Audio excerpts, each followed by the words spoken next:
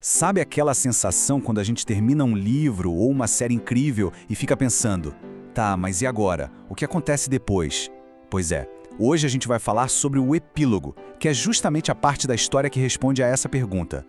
É um sentimento que quase todo mundo conhece, né? A gente se apega tanto aos personagens, à jornada deles, que quando a história principal termina, parece que a gente fica meio perdido, meio órfão. E é aí que entra o epílogo. Ele funciona quase como uma cena pós-créditos dos filmes, sabe? Dando aquele gostinho do que vem depois.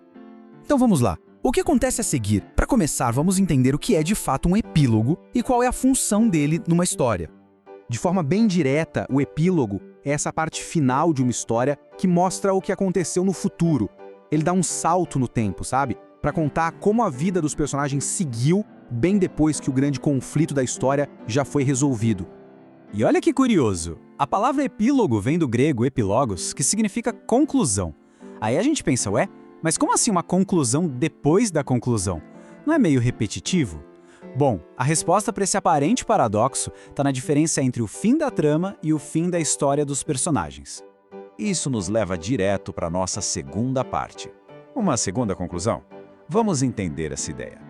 Para desvendar esse mistério, a gente precisa separar duas coisas, o desfecho e o epílogo.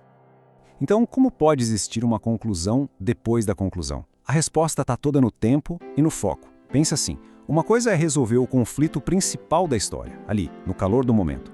Outra coisa, bem diferente, é mostrar o que aconteceu com todo mundo anos depois, as consequências de tudo aquilo a longo prazo. E essa comparação aqui deixa tudo bem claro. O desfecho é aquele momento logo depois da grande batalha, sabe? É a resolução imediata. O vilão foi derrotado, o problema foi resolvido, fim da tensão. Já o epílogo é outra coisa. Ele é como se fosse um capítulo extra, separado, que dá um pulo lá pra frente do tempo. É ele que mostra o futuro distante dos personagens, o "e viveram felizes pra sempre", ou não, né? Depende da história. Certo.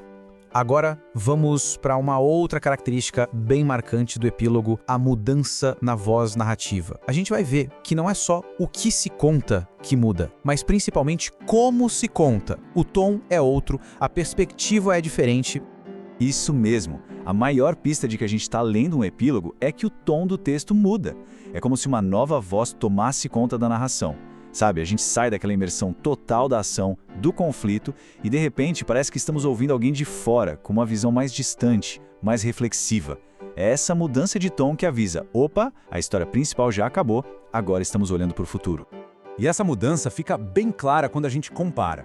Na narrativa principal, a gente geralmente tem uma voz consistente. Por exemplo, o próprio personagem contando a história em primeira pessoa. A gente está ali vivendo o conflito com ele. Já no epílogo, isso muda. O narrador pode ser outro, alguém que vê tudo de fora, um narrador onisciente. O tom fica mais distante, resumido. E o mais óbvio, o tempo dá um salto enorme para o futuro. É uma quebra total com o ritmo da história principal. Ok, então entendendo tudo isso, como se constrói um epílogo? Vamos ver agora as possibilidades. Quem é que pode contar essa parte final da história? E com que objetivo? Existem várias opções, né?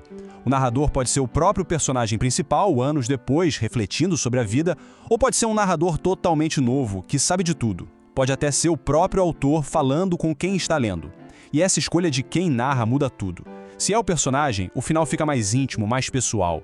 Se há um narrador de fora, dá uma sensação de que aquela história virou um fato histórico, algo definitivo. A perspectiva muda completamente o sentimento do final. Muitas vezes, o objetivo do epílogo é dar aquela sensação de fechamento feliz, de que tudo valeu a pena. Tipo algo como, e assim, 10 anos depois, descobriram que a paz pela qual haviam lutado não era apenas um fim, mas um verdadeiro começo. É para mostrar que os sacrifícios foram recompensados e os personagens finalmente encontraram a paz. Mas claro, nem todo final é feliz. Em histórias mais trágicas ou complexas, o epílogo pode ter o efeito contrário. Ele pode vir para reforçar uma ideia mais pesada. Algo como o fantasma daquele conflito não resolvido assombraria a família por gerações, uma sombra que nunca se dissipou de verdade. Nesse caso, ele mostra que as consequências ruins continuaram, que as feridas nunca fecharam de verdade. Bom, e para a gente fechando, vamos sair um pouco da ficção. Porque olha só, epílogos não existem só em romances ou filmes. Eles também aparecem em textos expositivos, de não ficção. Mas aí, a função é completamente outra. É isso. Em textos de não ficção, o epílogo não tem nada a ver com o futuro dos personagens. O foco aqui é outro, é a síntese. Em vez de pular no tempo para frente, ele dá um passo para trás e resume as ideias principais que foram discutidas.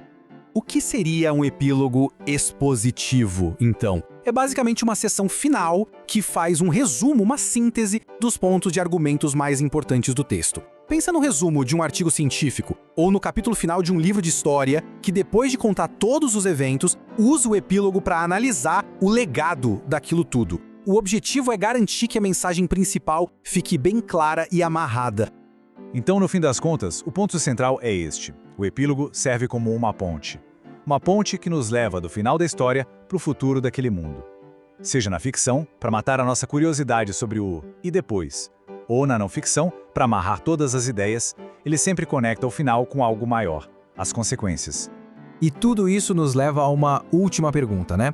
Por que a gente precisa saber o que vem a seguir? O que essa necessidade de um epílogo, de um fechamento, diz sobre a gente? Por que temos esse desejo tão forte de saber que a história não acaba ali, no fim? Que ela continua de alguma forma? É uma reflexão interessante sobre como a gente se conecta com as histórias que amamos.